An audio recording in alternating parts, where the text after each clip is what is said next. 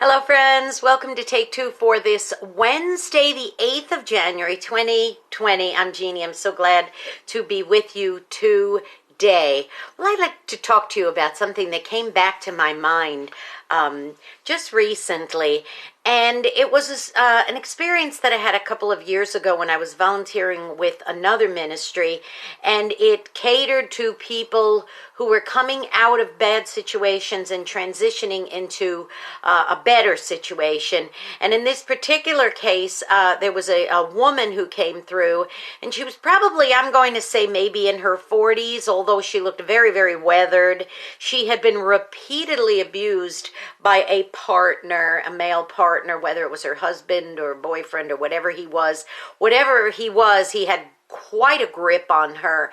And then she escaped a couple of times, but this time she said she was escaping for good. She didn't tell him where she was, nothing like that. And we were helping get her set up in a more permanent situation where she would be safe from harm and she could start a new life.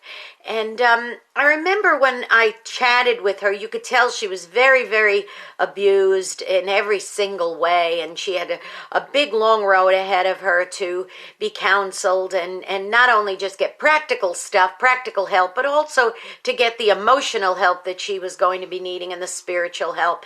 And I remember before she left my section, what I was doing to help her, I said, "Can I pray for you?" And she said, "Oh, absolutely."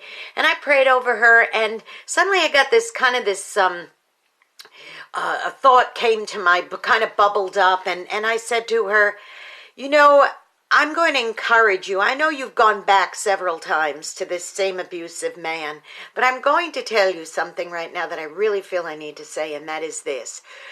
If the going gets rough for you or you're lonely, don't go back to what is familiar."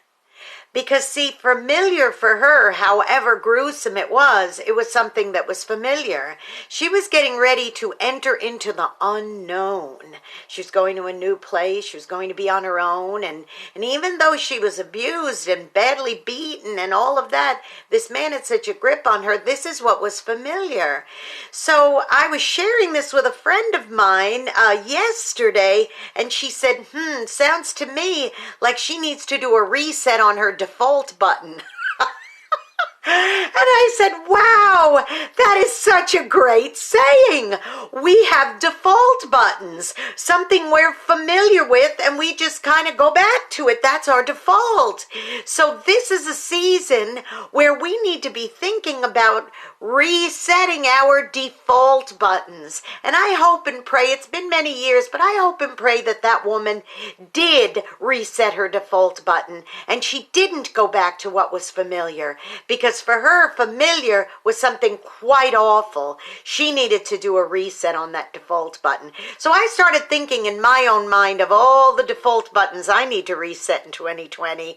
Quite a few. I had a list of at least 5 of little things, nothing as gruesome as that, of course, but just little things, the way I respond to things, the way I might assume things, the way that maybe I go back to something that's not so positive for me when I could be going in a different direction, even though it might be a little more difficult. So I'm going to challenge you today, boys and girls, to make a list of your default buttons, whether it's responding a right way or behaving a certain way or putting certain things in your mouth that you shouldn't, eating or saying things you shouldn't say.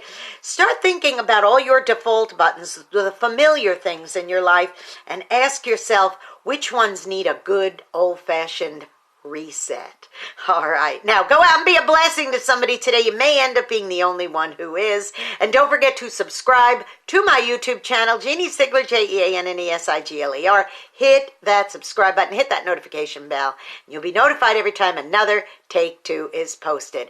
Have a blessed and wonderful hump day. And don't forget, reset those default buttons. I'll see you tomorrow. I love you. Bye-bye.